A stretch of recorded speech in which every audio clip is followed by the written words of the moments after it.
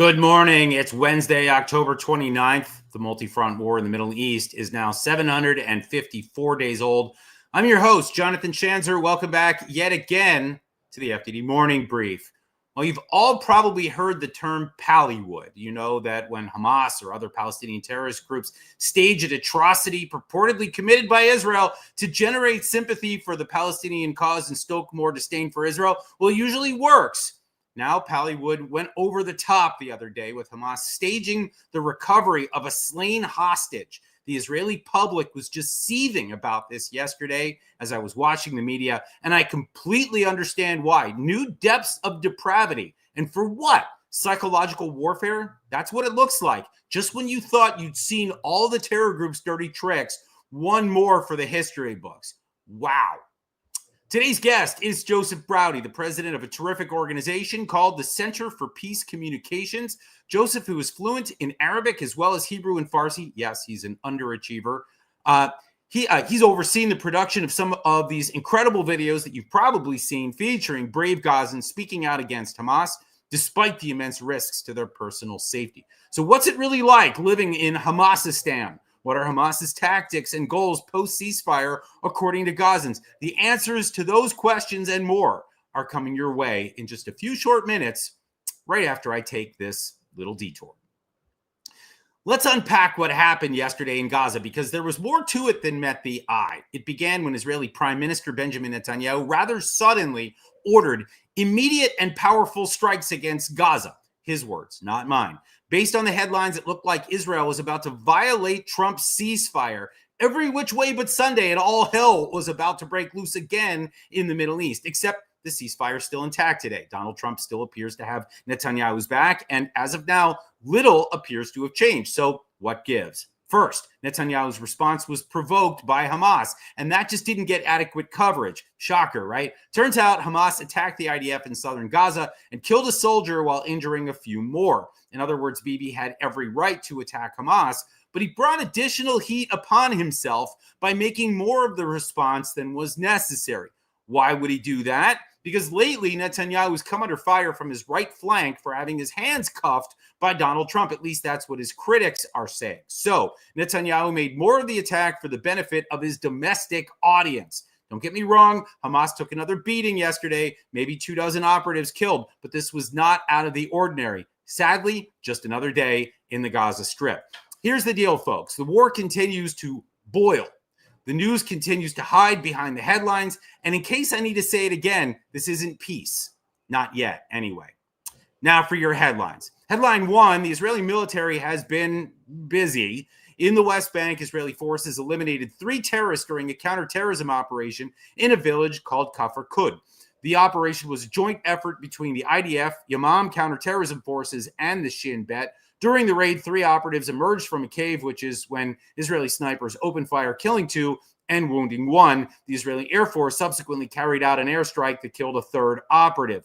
Over in Lebanon, the IDF eliminated 2 Hezbollah terrorists, at least one of whom was a member of Hezbollah's elite Radwan force, which is being steadily thinned out, if you ask me. According to the IDF, the pair was working to rehabilitate Hezbollah's infrastructure in southern Lebanon. That's a common theme. And then they were taken out. If this seems like a lot of action to you, you're not alone. I'm seeing a lot happening right now. And I'm not a huge fan of scripture, but I'll just invoke the book of Psalms here. Behold, the guardian of Israel neither slumbers nor sleeps. Not a lot of slumbering or sleeping going on with Israel, even during a period of so-called calm. Headline 2, the Trump administration announced the new aid package for minorities in Syria. Big fan of this. After a rough couple of months, this is very much needed. There were some serious bloody clashes that erupted over the summer between Druze and government forces in Syria's Soweto province. The violence has since dwindled, but as the State Department noted in its announcement, the security situation in Soweto, quote, remains unpredictable, end quote. It has been difficult to flood Soweto with supplies, so the U.S. government is extending a helping hand. The humanitarian assistance will include food, water, hygiene items for approximately 60,000 Druze, Bedouins, and Christians in Soweto. Washington also plans to help rehabilitate homes and water systems to lay the groundwork for when people displaced by the summer clashes are able to return home. I know this is a priority for Israel. It's good to see this as a priority for the Trump administration. Glad to see some of these minorities in Syria getting more attention. Headline 3, Turkish prosecutors filed new charges against Istanbul's mayor. If you need a refresher, his name is Ekrem İmamoğlu, and he's President Recep Tayyip Erdogan's chief political rival. İmamoğlu made headlines in March when Ankara threw him in jail on bogus corruption charges. Now prosecutors are piling on espionage allegations claiming that İmamoğlu shared Istanbul residents' personal data to secure funding for his campaign. İmamoğlu said the allegations are nonsense, that's his words, and that it would be more believable to claim that he burned down Rome. I don't know what Rome has to do with any of this. It's a little weird, but I think we all get the picture. On Sunday, hundreds, not thousands, hundreds, so you can sense the exhaustion in Turkey right now. Hundreds of İmamoğlu supporters rallied outside the courthouse when the beleaguered mayor appeared for questioning. This is his first time outside of the jailhouse in 7 months. Erdogan claims that Turkey's judiciary is entirely independent, and that is a bunch of bull fertilizer. And in the immortal words of the once funny Woody Allen, this trial is a travesty. It's a travesty of a mockery, of a sham of a mockery, of a travesty of two mockeries of a sham. Just insane what's going on in Turkey right now. And bonus headline 4, Iran may be working again at an underground nuclear site. Surprise, Groundhog's Day. According to the Center for Strategic and International Studies, new satellite images indicate activity at a place called Pickaxe Mountain, about a mile south of Natanz. We'll keep an eye on this because last I checked, Donald Trump was content with the Iranian nuclear program being obliterated. This would be an unwelcome attempt to unobliterate those nuclear sites, which means things could get obliterated again. I think you follow what I'm saying. Keep an eye on this possible conflict to come if the Iranians test the United States more than they need to, which in my view is every time they test the United States, but that'll be up to Donald Trump. All right, headlines over. It's now time for that discussion with Joseph Braude of the Center for Peace Communications. He's now a repeat offender, so let's subject him to another round of merciless abuse. Welcome to the program, Joseph Braude. Thank you, Big John. Great to see you again. All right, good to have you.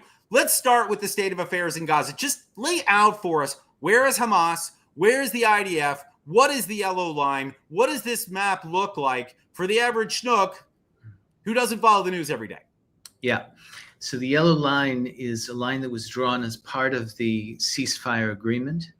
It puts IDF troops on one side of it, a side that is about 53% of the territory of Gaza, some say a little bit more, with the rest of Gaza at the edge of the Mediterranean, all of the major population centers being on the other side of the yellow line.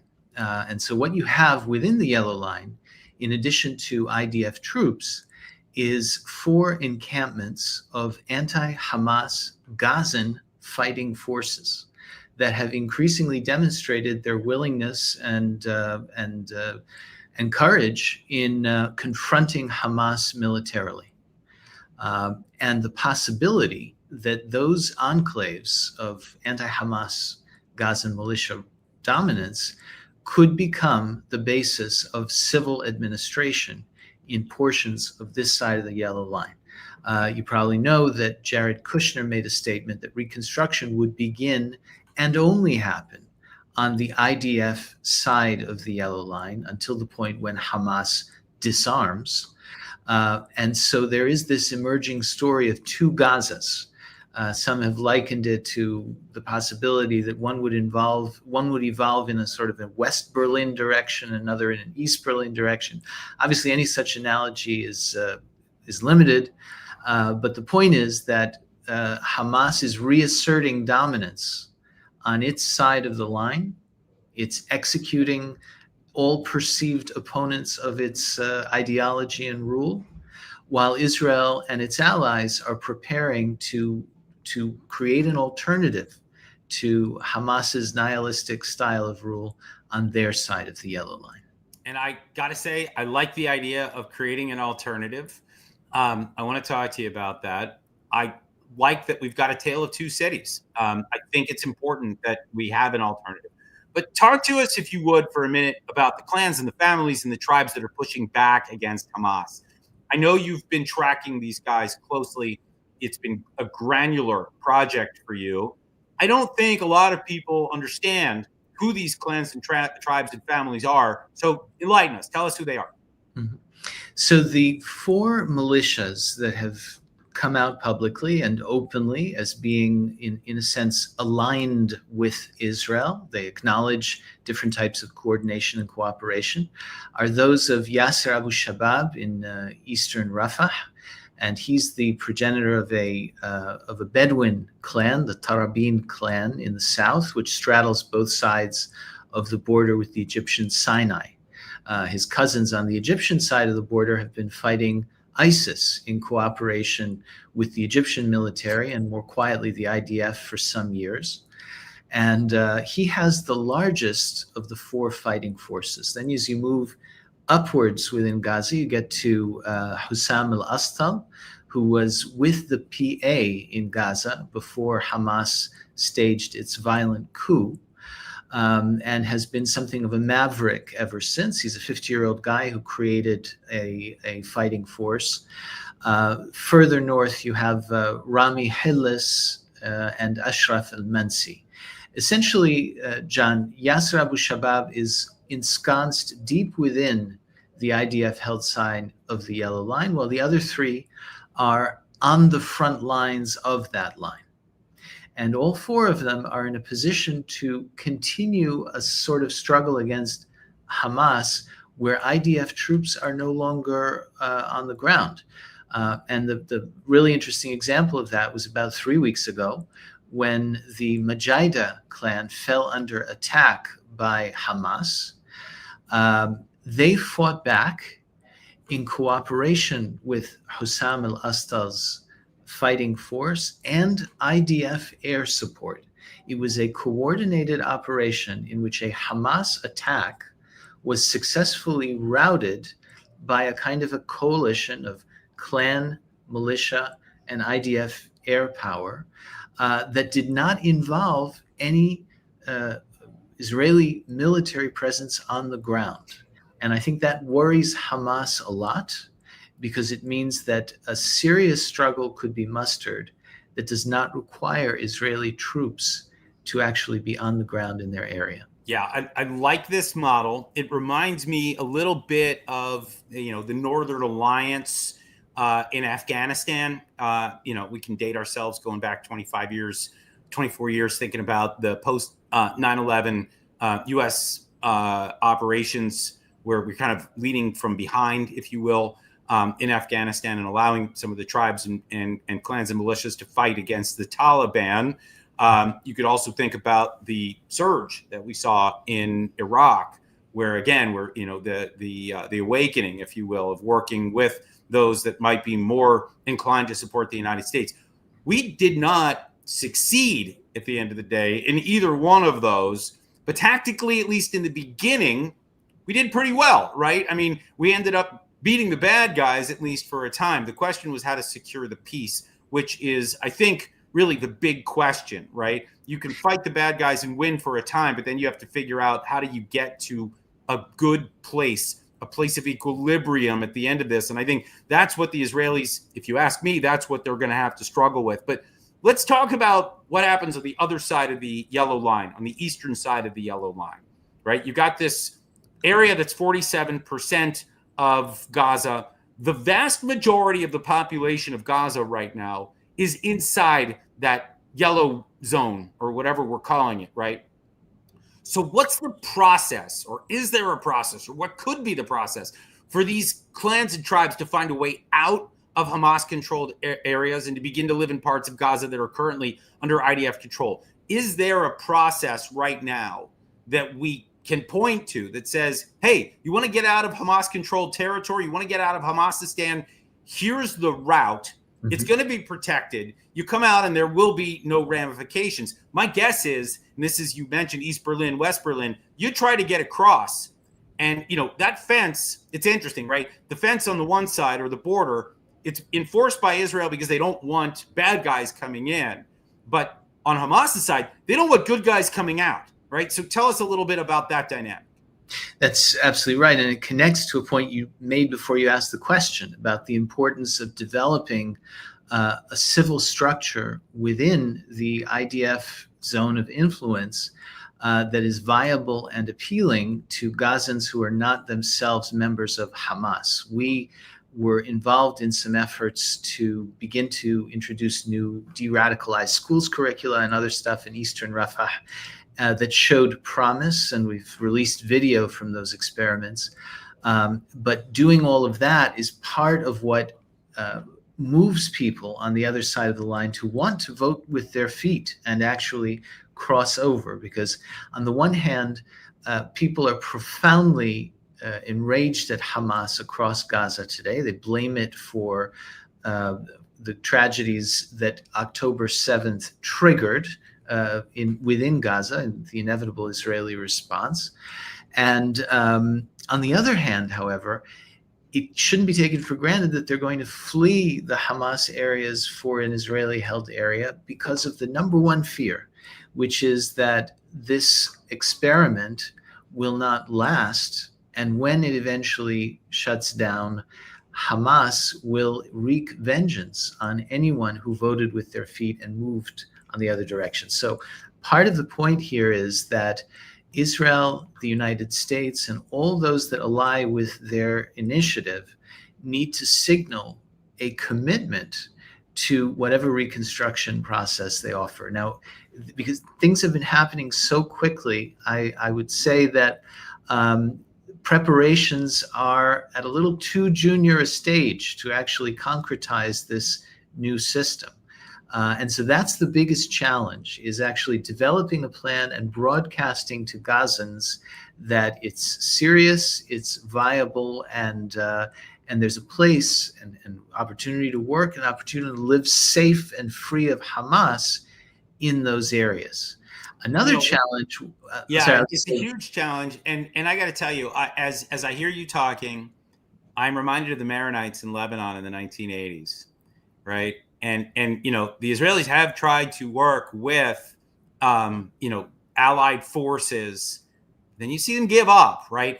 And by the way, the U.S. has done this too, right? This is a consistent theme when you're dealing with these battles over time. You start to lose energy, you start to lose focus. Next thing you know, the bad guys have reemerged. Your allies have been thrown under the bus. That can't happen here. And I think the Israelis need to do more to explain. Now, I will say, you can see these. I was talking about Suwaida earlier in, the Druze areas in southern Syria, and the Israelis are doing everything they can to throw support behind their allies across the border. They need to do this in multiple places, in my view. If they want to shape the new security situation beyond their borders, this is where the rubber hits the road. And I got to say, they're really going to have to inspire confidence here with all of these different clans and militias and outside forces, minority groups. This is where Israel gets to reshape the map on its immediate borders. And then beyond that, that's up to the IDF. It's something that is not what the Israeli Defense Forces were designed to do. Yeah. And for that matter, Western armies, Western militaries do not necessarily excel at building up civil structures, civil governance. But it's not just civil structures, right? This isn't about building electric, facilities or water. Mm-hmm. This is about just giving support to the people that need it. Yeah. Because it's in Israel's interests, mm-hmm. right? And I think we're seeing the beginnings of such a strategy. The question is the longevity, right? How much staying power do they have as they think about reshaping their immediate borders? And there, I got to say, I don't see the dialogue out of Israel about this. It's really just about immediate threats and who they need to bomb next, and what's going on with Trump and kind of what's the political situation. They need to create their the political situation that they want on their borders. And I think that's what that's what we need to be thinking about. But I want to ask you, I know you've done a lot of work with folks kind of quietly on the ground in Gaza. You've done these incredible videos at CPC where people are openly lamenting the influence of Hamas in the Gaza Strip, other places too, which maybe we can talk about. What percentage of the population do you think would leave Hamasistan right now if offered? I mean, maybe alternatively, I'd say, who the hell wants to stay under Hamas rule? I mean, I know what I would choose, but again, likening this to East-West Germany, you used to have people that were trying to get out from under the control of of East Germany. They didn't want to live under that system. What do you think the percentage is of people that would like to get out of Hamas-controlled territory into the Israeli area that's still being developed? Sure. So you and I are in agreement. We've talked about it in the past that opinion polling in the region is notoriously unreliable.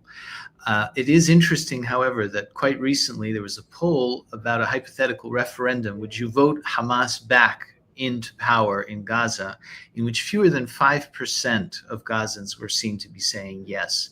That certainly is an indication of something we see every day in our contact with Gazans across the Strip. This anger at Hamas and blaming of Hamas as being ultimately responsible for Gazan suffering. But it's also that anger and fear of Hamas that can be a deterrent to moving outward, for the reason I mentioned, that if you think that the Israeli-American international reconstruction project is not long for this earth, then you worry about a Hamas reclaiming authority and punishing you for appearing to be connected to it. So again, the major factor is, are Gazans persuaded that there is a reconstruction project that vests them in its future that will last? If you really had that type of a commitment and that became clear to one and all, then the demand to enter that territory would be overwhelming. It would be more than Israel and its allies are prepared to admit. Right. And absorption would be a hard thing, but that's a good problem to have, I'm guessing, right? Right. And it's the issue of vetting, because Hamas will, of course, be very keen to infiltrate and install its saboteurs and spoilers into that. But and I've heard this, that the Israelis are thinking about everybody that crosses this border would go through facial recognition, they would go through identification, they'd be issued IDs. And so, okay, there may be some that slip through, but also if this is a demilitarized zone, there are no weapons, right? It becomes a lot harder for the bad guys to operate. And pretty soon you're cooking with gas. You've got something that resembles a Hamas that Israel can, or a Gaza rather, that Israel can live with. Last question before I let you go. I know you do a lot of other work in other parts of the Arab and Muslim world. So Lebanon, Syria, Iran. Just give us a rundown of kind of some of the trends that you're seeing outside of Israel's borders with this work that you're doing in public opinion. Lebanon and Syria, the appetite for a new relationship with Israel and its people is growing very rapidly. It's partly a reaction on the Lebanese side to the damage that Hezbollah has done to Lebanon, and overwhelming support for Lebanon's President Joseph Braude as he strives to disarm Hezbollah. This widespread agreement that the next phase in Lebanon's future is one in which it joins the same Arab bloc that includes the UAE and Saudi Arabia and other countries that have either normalized with Israel or are moving in that direction. In Syria, there is tremendous support as well for a new relationship with Israel. And the question of whether this leadership is moving in that direction itself, a constellation of factors and who it's allied with and its relations with Qatar and Turkey enter that equation. But the public is very enthusiastic. And in Iran, which we've all known to be a country which is very sympathetic with Israel, for the simple reason that this regime that dominates Iran is the enemy of the majority of the Iranian public. That's the way they view their own regime. Revolutionary sentiment is again on the rise. After the Israeli-American attack on Iranian nuclear sites, the Iranians regime worked very hard to suppress any potential uprising against it from the population. But now, as time passes, we're seeing an expression of anger again, defiance, and it's entirely I should say one can reasonably anticipate that the spirit of the 2022 demonstrations against the regime will be returning in the coming months. Love to hear that. I will just punctuate that with a inshallah. We'll leave it there. I want to thank you, Joseph Braude, for returning for more abuse and for joining us today on the FDD Morning Brief. Always a pleasure, John. Thank you. All right, always good to hear from him. Here's what FDD has on tap for you today. A gaggle of FDD researchers just published a memo mapping out the Muslim Brotherhood's operations in 6 countries. In Jordan, authorities just busted a Brotherhood cell planning attacks against the kingdom. In Lebanon, the Brotherhood is fighting alongside Hezbollah and they're attacking Israel. And don't even get me started on Qatar's patronage of the Brotherhood networks near and far. The upshot is there is no one-size-fits-all approach to the Muslim Brotherhood, but word has it there could be some U.S. government action soon. Yes, please, and thank you. FDD Said Ghassaminejad published a piece in Real Clear World explaining why Qatar benefits from Iranian regime's dysfunction. The 2 countries share the world's largest natural gas field, but Iran's chunk of it sits mostly untapped thanks to a combination of international sanctions and incompetence/ineptitude that allows Qatar to dominate the energy game without competition. Plus, Iran's isolation keeps Qatar relevant as a mediator for the West. A functional Iran would shrink Qatar's energy reserves and its diplomatic clout. All that requires is a new government in Iran. I'd like that. Yes, please, and thank you again. Finally, in the New York Post, FDD's Hussein Abdul Hussein breaks down Iraq's upcoming election. Candidates are scrambling to prove that they're neutral toward America and Iran while accusing their opponents of being soft on Israel. Interestingly, though, Iran's grip on Iraqi politics is finally starting to slip. Hussein says it actually might augur progress for Iraqi democracy. I don't know. That's a lowercase d, I think. Anyway, I hope he's right. We're going to keep watching. In the meantime, that's it for today. All good things must come to an end, but don't fret. There's plenty more where that came from. You can fill your brain with insightful think tankery on our website, fdd.org, and across all of our socials. And please make that generous tax-deductible donation at fdd.org/invest. Tune in Friday for another episode of the FDD Morning Brief, guest hosted by my good friend and colleague, Jonathan Conriquez. It should be a good one. Until next time, I'm Jonathan Schanzer, signing off for FDD.